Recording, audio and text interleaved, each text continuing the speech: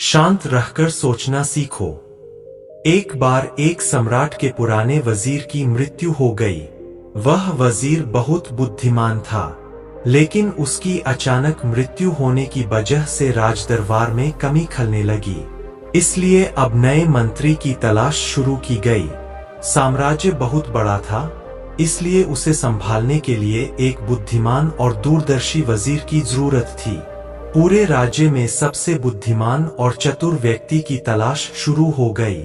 इसके लिए राज्य भर में कई तरह की परीक्षाएं आयोजित की गईं।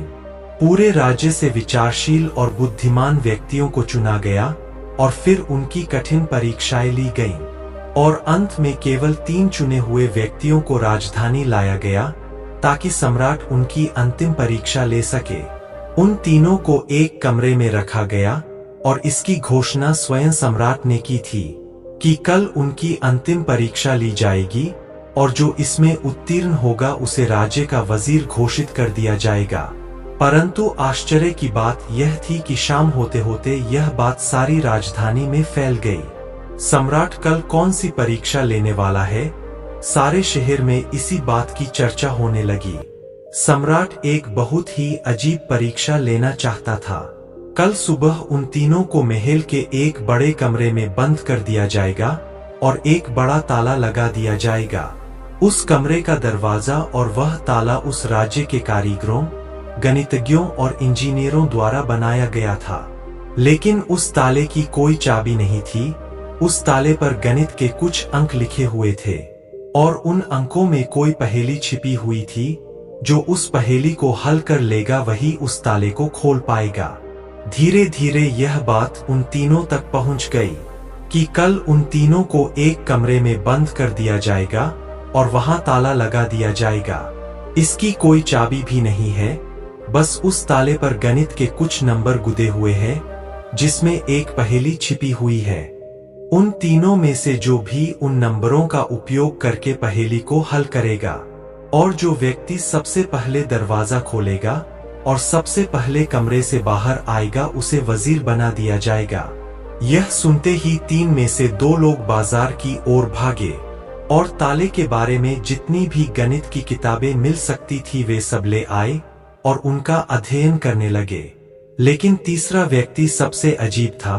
वह न तो कहीं गया और न ही कोई किताब लाया और अंधेरा होते ही सो गया। बाकी दोनों ने सोचा कि शायद डर के मारे उसने परीक्षा न देने का निर्णय लिया है, या हो सकता है उसे विश्वास ही न हो कि जो खबर सामने आई है वह सच है।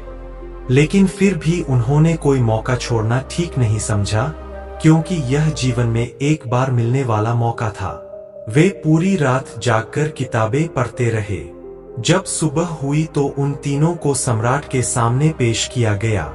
वहां उन्हें पता चला कि यह अफवाह सच थी। सम्राट बोला, कुछ गणितीय अंकों के साथ आप तीनों में से जो भी इन अंकों में छुपी पहेली को सुलझा लेगा वह दरवाजा खोल सकेगा, और जो व्यक्ति दरवाजा खोलकर पहले मेरे पास आएगा मैं उसे अपना वजीर बना लूंगा।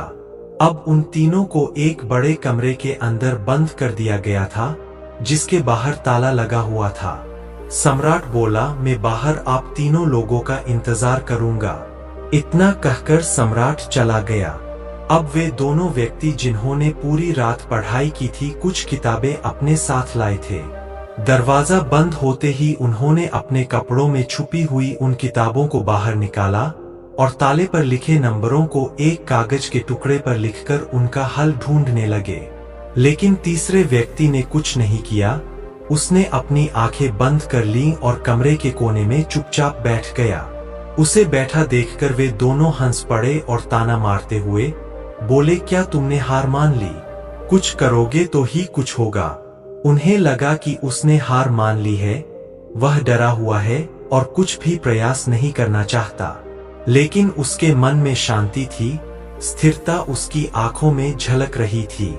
वह परेशान नहीं लग रहा था, वह सिर्फ बैठा हुआ था। तभी अचानक उसे कुछ सूझा। वह उठकर दरवाजे के पास आया और धीरे से उसे धक्का दिया और क्या था, दरवाजा खुला और वह कमरे से बाहर आ गया। लेकिन वो दोनों अपनी किताबों में खोए हुए थे उन्हें पता ही नहीं चला कि तीसरा आदमी कमरे से बाहर चला गया है। उन्हें तब पता चला जब सम्राट तीसरे व्यक्ति के साथ अंदर आए और कहा, अपनी ये किताबें बंद करो, जिसे बाहर जाना था वह तो बाहर जा चुका है। यह देखकर वे दोनों दंग रह गए और पूछा, तुम बाहर कैसे निकले? सम्राट ने कहा कि ताला तो बंद नहीं था, क्योंकि बंद ताले तो खोले जा सकते हैं, लेकिन तुम वह ताला कैसे खोलोगे जो बंद नहीं किया गया था? यह आदमी आप में से सबसे ज्यादा बुद्धिमान है, क्योंकि इसने बुद्धिमान होने का पहला परिचय दिया है। ताले पर लिखे नंबरों को हल करने से पहले इसने यह पता लगाने की कोशिश की ताला बंद है या नहीं। जो व्यक्ति किसी भी समस्या को हल करने से पहले यह जांचता है कि जो वह हल करने जा रहा है वह वास्तव में समस्या है या नहीं, तो यह आदमी हमारे राज्य का सबसे बुद्धिमान व्यक्ति है।